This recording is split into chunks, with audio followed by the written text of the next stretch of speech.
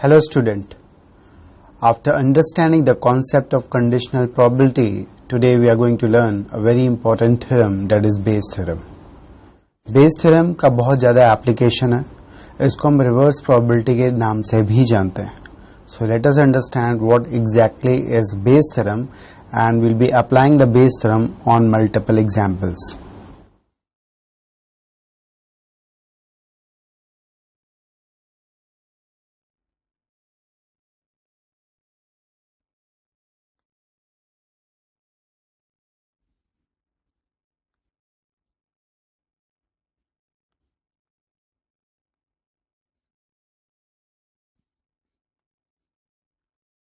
Before going for the formula, let us have an example first. एक example देखते हैं और उसी के थ्रू हम समझेंगे कि बेस थ्योरम कब अप्लाई होता है, कहां पे अप्लाई होता है.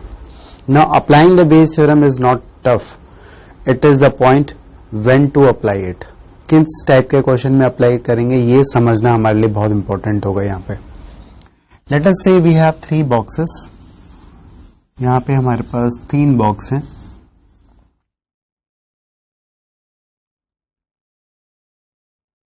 पहले वाले बॉक्स में हमारे पास 2 रेड बॉल हैं. We have 2 red balls in the first box. In the second we have 3 red balls and in the third one we have 1 red ball. Again another type of balls are present in the first box, say green ball. There are 3 green balls. There is 1 green ball and there are 2 green balls in the third box. This is box A, this is box B and this is box C. ये 3 balls हैं. Now randomly we have selected one of the box and we have drawn 1 ball from it. एक ball वहां से निकाला गया है किसी भी एक बॉक्स से और बॉल निकालने पर एक आउटकम आता है. आउटकम मान लो रेड आ जाता है. The outcome is red. हम रेड आने की प्रोबेबिलिटी अभी तक निकाल चुके हैं. There are 3 cases. Red ball first box से आ सकता है, सेकंड से, थर्ड से. हमने टोटल प्रोबेबिलिटी थ्योरम से देखा था how to calculate the probability of getting a red ball. अब यहां पे थोड़ा सा हम आगे जाते हैं. मान लेते हैं कि आउटकम रेड बॉल आ चुका है. अब हम ये जानना चाहेंगे कि क्या प्रोबेबिलिटी होगी कि the red ball has come from box A. हम सोर्स यानी कि कॉज की प्रोबेबिलिटी निकालेंगे. तो बेस थ्योरम के थ्रू हम रिवर्स प्रोबेबिलिटी बोलते हैं. क्यों? क्योंकि हम कॉज की प्रोबेबिलिटी जानते हैं. यहां से आउटकम हमारा आ चुका होता है. We know the outcome beforehand. लेकिन हम ये जानना चाहेंगे कि क्या प्रोबेबिलिटी होगी कि वो बॉल बॉक्स ए से आया होगा, बॉक्स बी से आया होगा या बॉक्स सी से आया होगा. This is Bayes theorem all about. कैसे अप्लाई होगा ये देखते हैं. यहां पे ए बी सी 3 इवेंट्स हैं. ए बी सी इवेंट का मतलब है ball is selected from box A, B और C. So A का मतलब हो गया फर्स्ट, B का मतलब हो गया सेकंड और C का मतलब हो गया थर्ड. Box is selected. इनका मतलब ये हो गया. And R is the probability of getting a red ball. So R is ball is red. R is an event, ball is red. Now I repeat it again. We have got this probability. इस probability को हम पहले निकाल चुके हैं. First box will be selected, then the conditional probability, the probability of getting the red ball if box A has been selected. Again box B will be selected, the conditional probability red ball अगर B box select हुआ है और finally box सी select होगा तो red ball आने की probability क्या होगी अगर बॉक्स सी सेलेक्ट हुआ है तो. This is the total probability of getting a red ball. ये टोटल प्रोबेबिलिटी है रेड बॉल आने की. अब हमें यहां पे कुछ और निकालना है, हमें निकालना है कि रेड बॉल आ चुका है, what is the probability that it has come from box B या बॉक्स ए या बॉक्स सी। अगर हमें निकालना है कि क्या प्रोबेबिलिटी है कि वो बॉक्स बी से आया होगा, तो इसको हम लिखेंगे the probability that box B was selected if we have already got the red ball. ये है प्रॉब्लम, इसको हमें निकालना है। हमें निकालना है कि बॉक्स बी के सेलेक्ट होने की प्रोबेबिलिटी क्या है अगर रेड बॉल पहले आ चुका है। तो बेस थ्योरम का स्टेटमेंट ये है, बॉक्स बी से सेलेक्ट होने की प्रोबेबिलिटी ये होगी, it will be the probability of getting the red ball from box B, box B से red ball आने की probability upon A से आने की probability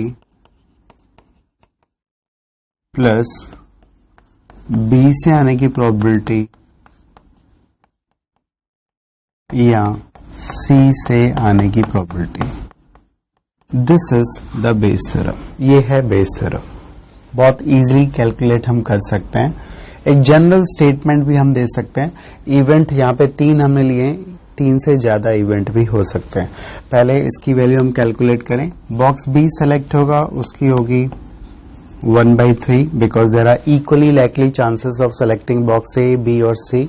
now the red ball will be selected from box B, उसके लिए हो जाएगा ये 3/4। अगेन बॉक्स ए सेलेक्ट होगा 1/3, यहां से रेड बॉल सेलेक्ट होगा, उसकी प्रोबेबिलिटी हो जाएगी 2/5। Again box B and the red ball from box B and finally box C and getting the red ball from box C will be 1/3।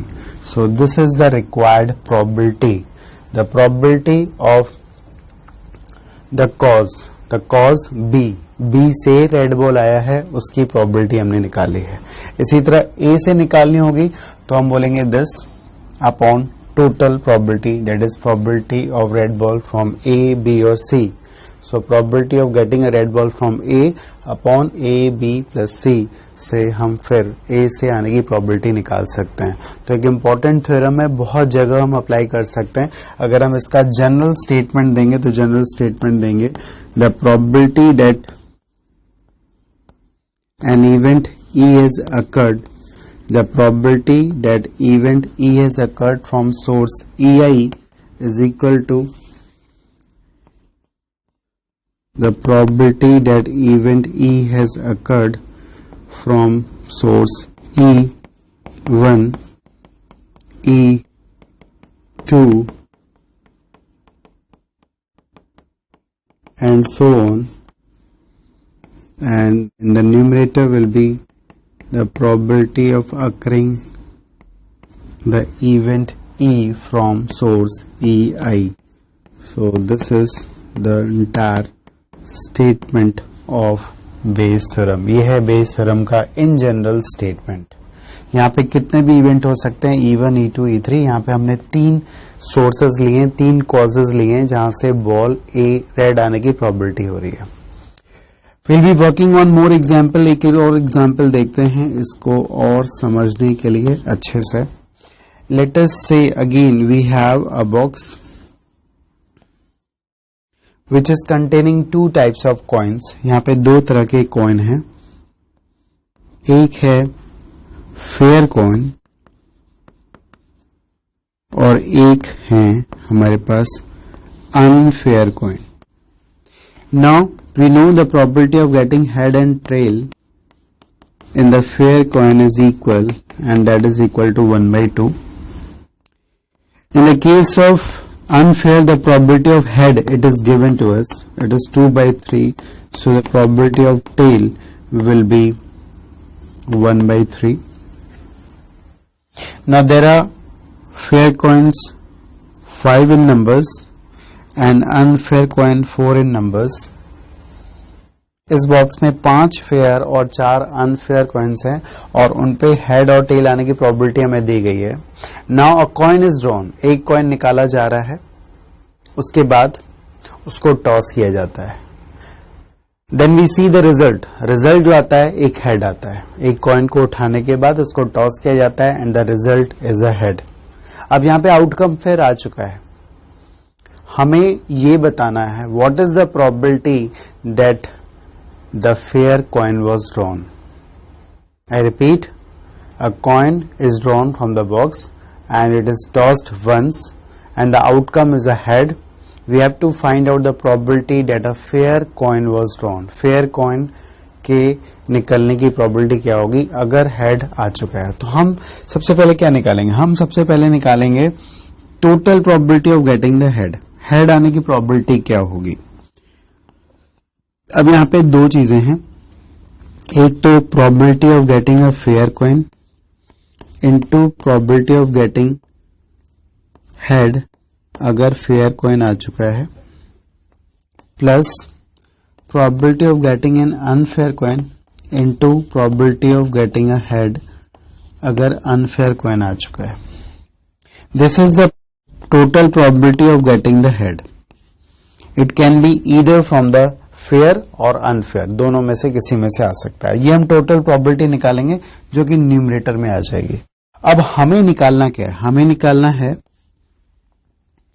Probability that the fair coin was drawn अगर head आ चुका है। ये है Bayes theorem. फिर fair coin के आने की probability क्या होगी अगर हेड आउटकम पहले ही आ चुका है। तो हम क्या करेंगे यहां पे, फिर it will be this fair coin से हेड आने की प्रोबेबिलिटी अपॉन में आएगा दिस प्लस दिस, यानी कि total probability of getting the head. अब फेयर कॉइन आने की प्रोबेबिलिटी देखें क्या होगी, इट विल बी 5/9। अब उसमें हेड आने की प्रोबेबिलिटी कितनी हो जाएगी 1/2। नाउ नीचे क्या आएगा, this again 5/9 into 1/2 plus probability of getting the head from the unfair coin. Unfair आने की प्रोबेबिलिटी क्या हो जाएगी, अनफेयर आएगी 4/9 से into getting the probability of head from an unfair। unfair से head आएंगे probability 2/3 दी हुई है। so this is again you can see one more example which is using the Bayes theorem। outcome आ चुका है, हम cause का पता कर रहे हैं, तो Bayes theorem को इसलिए भी हम reverse probability का नाम देते हैं। we are moving to more examples on the Bayes theorem, और कुछ अच्छे examples देखते हैं जिससे हमारी और भी ज्यादा clarity आएगी। let us see all of it।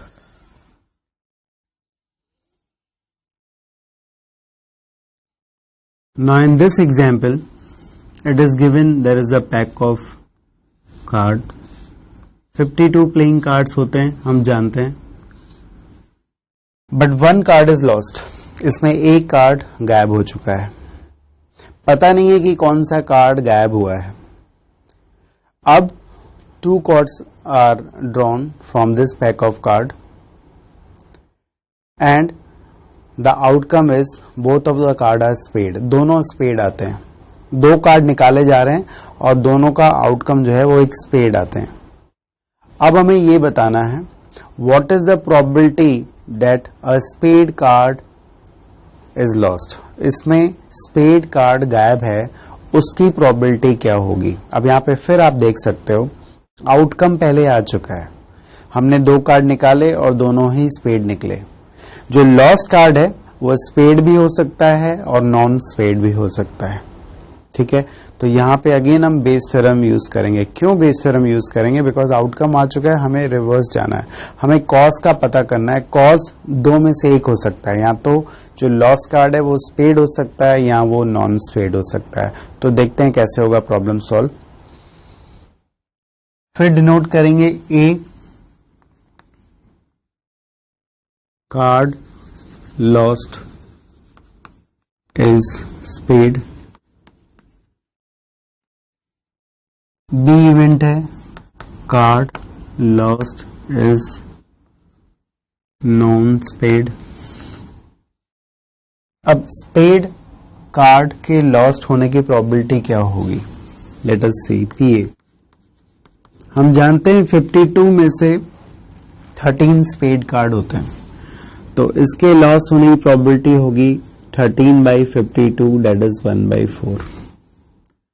और स्पेड कार्ड नहीं लॉस होने की प्रोबेबिलिटी हो जाएगी 3/4.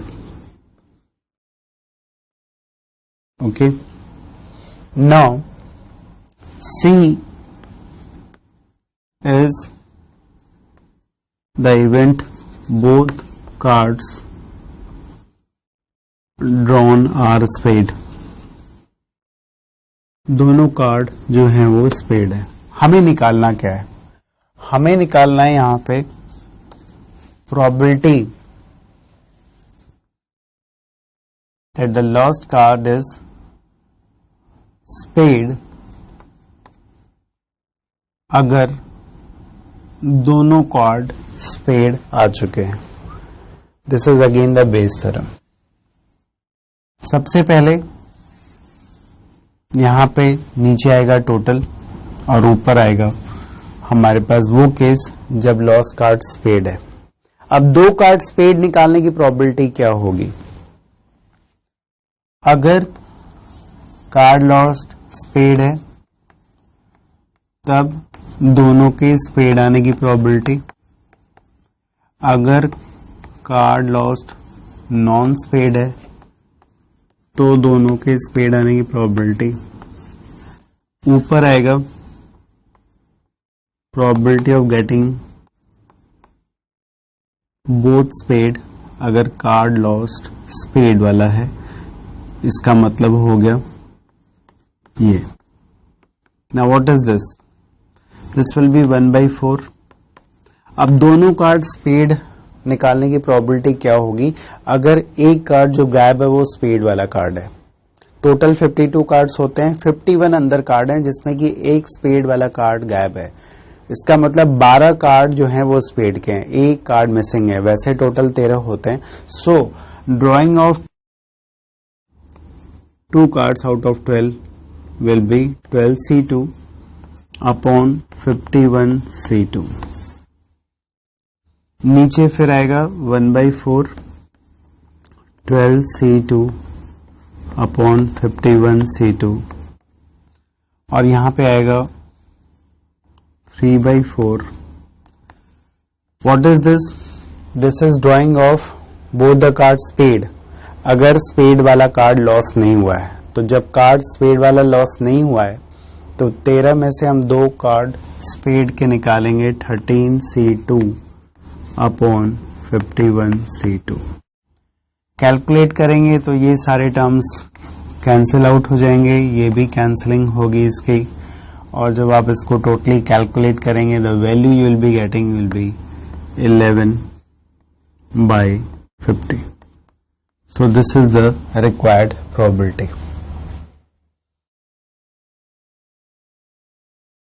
And this example, it is given there is a thief who is running out of a jail, जो कि जेल से भाग रहा है, and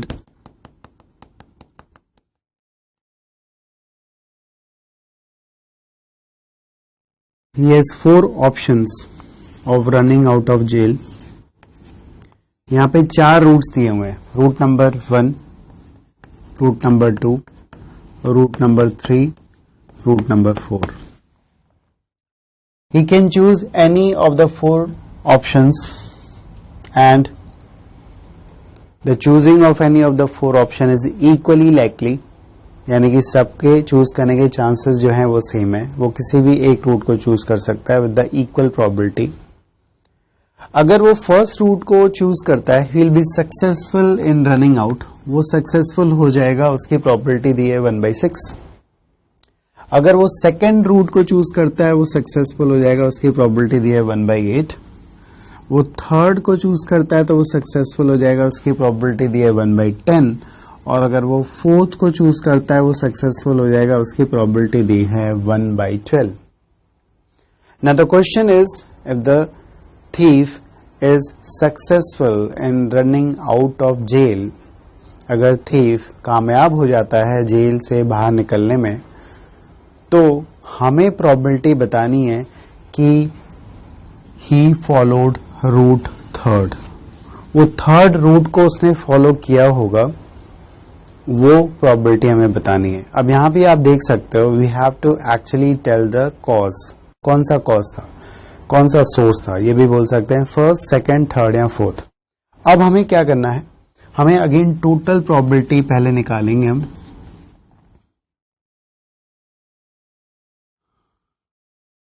ऑफ सक्सेस की टोटल प्रोबेबिलिटी निकालेंगे। अब सक्सेस की टोटल प्रोबेबिलिटी क्या होगी, S stands for success. If he is following route 1 into the probability of getting success if he has followed route 1, again probability of following route 2 into probability of getting success if he has followed route 2, ऐसे and so on, चारों case.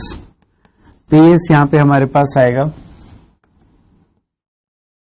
1/4. Now what is 1/4? 1/4 is the probability of following route 1. 1/4 इसलिए है क्योंकि वो हर एक root को equally likely chances से follow करेगा।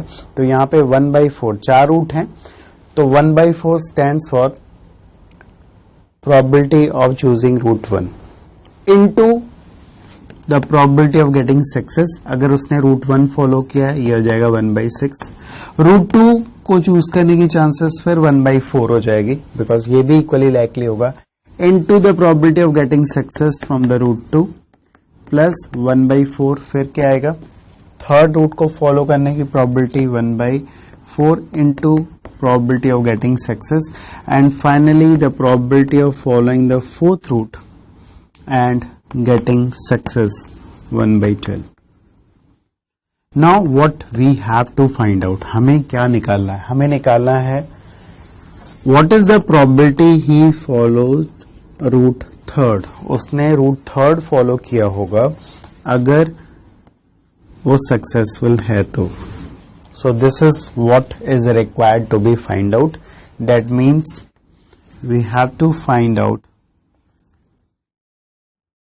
this, यानी कि probability of following the third route into getting success upon total probability, that is 1/4 into 1/6, 1/4 into 1/8, 1/4 into 1/10 plus 1/4 into 1/12. So this will give you the right answer of probability of following the third route if the thief is successful, अगर thief successful है। Coming to the last example on the Bayes theorem, यहाँ पे हम last example को follow करते हैं। This is again a good learning example for us. There are two signals. एक signal है green, this is a green signal, and one signal is red, और दूसरा है red signal. Now this is a story of actually two thieves. यहाँ पे दो thieves हैं. One thief is here and another thief is here. This thief is getting signals from here. Signal can be red or green. Red or green signal होगा, the signal will be green with the probability 4/5. It will be red with the probability 1/5.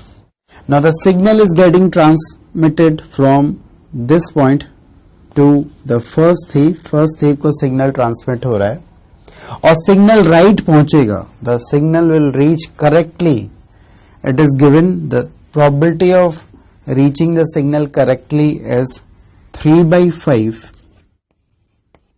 and incorrectly will be definitely 1/4. Now he receives the signal, he then transmit this signal to the next thief, वो second thief को transmit करता है। Again यहां से यहां तक जब transmit होगा सिग्नल, तब फिर वो करेक्टली पहुंचेगा, उसकी प्रोबेबिलिटी है 1/4, और इनकरेक्टली पहुंचेगा, उसकी प्रोबेबिलिटी है again 1/4. Now the problem is if this thief, that is thief number 2. If he receives green signal, if thief 2 receives green signal, we have to find out the probability that original signal was actually green. Original signal was actually green. What is the probability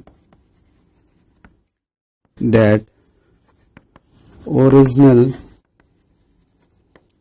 signal was green? This is what we have to find out. Now let us go for the cases. यहाँ पे cases की बात करेंगे. सबसे पहला case, अगर यहां से ग्रीन सिग्नल भेजा गया, if the original signal was green, he too received the green signal, इसने भी ग्रीन सिग्नल रिसीव किया और इसने भी वापस सही सिग्नल रिसीव किया, यानी कि ग्रीन ही सिग्नल रिसीव किया. ये एक पहला केस होगा. This is the first case. The second case will be the signal, first original signal sent was green. He received it red, that is he received it incorrectly. The first thief received it incorrectly, but again a wrong signal reaches here. He sent it red, इसने फिर red भेजा लेकिन इसको green मिल गया. ये हो सकता है, ठीक है. इसके पास गलत पहुंचा, इसने सही भेजा लेकिन इसको फिर गलत मिल गया. अब उसके बाद नेक्स्ट केस हो सकता है कि ओरिजिनल सिग्नल ही रेड हो. अगर ओरिजिनल सिग्नल ही रेड भेजा जाए और इसने रेड ही रिसीव किया, यानी कि करेक्टली रिसीव किया, बट इसने जब इसको ट्रांसमिट किया तो इसने इनकरेक्टली रिसीव किया, डेट इज इसने ग्रीन सिग्नल रिसीव किया. And the last case will be the original signal is red. Original signal तो रेड था बट इसने ग्रीन रिसीव किया, यानी कि फर्स्ट वाले ने ग्रीन रिसीव किया और फिर इसने भी जब ट्रांसमिट किया तो ग्रीन ही ट्रांसमिट होके यहां पे पहुंचा. बिकॉज फाइनल जो सिग्नल इसको मिला है वो ग्रीन है. वी कांट चेंज दिस, ये चेंज नहीं होगा. This will remain unaffected. ये जो है वो अनअफेक्टेड होगा. Let us go for all the cases. पहला केस, जब इसने ग्रीन यहां से चला, the probability that the green was sent 4/5. Now there is a conditional probability again. इसको कौन सा मिला होगा? अगर इसको सही मिला है, ठीक है, अगर इसने ग्रीन भेजा है, इसको सही मिला है तो उसकी प्रोबेबिलिटी है 3/4. अब इसको 3/4 से सही मिला है और इसको भी सही मिलेगा, उसके लिए फिर again 3/4. Now the second case is this is the second case. यहां से ग्रीन चला 4/5, यहां पे रेड पहुंचा, यानी कि सिग्नल इनकरेक्टली पहुंचा है यहां से यहां तक ट्रांसमिट होते समय. That means the probability of receiving the incorrect signal it is given 1/4. अब यहां पे फिर वापस ग्रीन ही पहुंचा, यानी कि फिर इनकरेक्ट हुआ. इसके रेड ही भेजा होगा क्योंकि इसको रेड मिला है, लेकिन इसने जो है फिर वो ग्रीन रिसीव करता है. That means the signal is transmitted from this point to this point again incorrectly. तो यहाँ पे फिर 1/4 आएगा. Coming to next one, next पे देखते हैं. यहां से red चला है. अब now in these two cases it is the red. This was the first one, this was the second one. Now we are coming to the third one. In the third case, पहला जो signal भेजा जा रहा है वो red, यहाँ पे आएगा 1/5. He is receiving red. First thief जो है वो रेड रिसीव करता है, यानी कि करेक्टली रिसीव करता है, तो यहां पे हम 3/4 लगाएंगे. But the next thief is receiving green, that means he is receiving incorrect. Now the last one, this is the last case. पहले रेड चल रहा है यानी कि 1/5. And the first thief is receiving it green, so it will be received by him incorrectly. For incorrectly we will be using again 1/4. Now he is receiving green and he's also sending green, and the second thief is finally getting green signal. So correctly we'll be getting this. Now this is the total probability of receiving the green signal by thief 2. ये total probability है. अगर हमें ये निकालनी होती तो ये भी एक प्रॉब्लम बन सकता है, बट हमें कुछ और निकालना है. हमें बेस थ्योरम का यूज करना है. हमें ये निकालना है कि इसने तो ग्रीन रिसीव किया, what is the probability that the signal send was actually green. Actually green दो केसेस में सेंड किया गया है, इसमें और इसमें. तो प्रोबेबिलिटी क्या होगी? रिक्वायर्ड प्रोबेबिलिटी होगी this plus this upon this plus this plus this plus this. So the required probability will be 4 into 3 into 3, that is equal to 36 plus 4. These all terms in the denominator will cancel out. This is again 36 plus 4 plus 3 plus 3. So this comes out to be 40 by 46, that is 20 by 23. So this again a good working example. एक और example है Bayes theorem का. So a very important concept. Please do practice much on this. This is important for all level of exams. We are next coming to the concept of independent events. Let us see.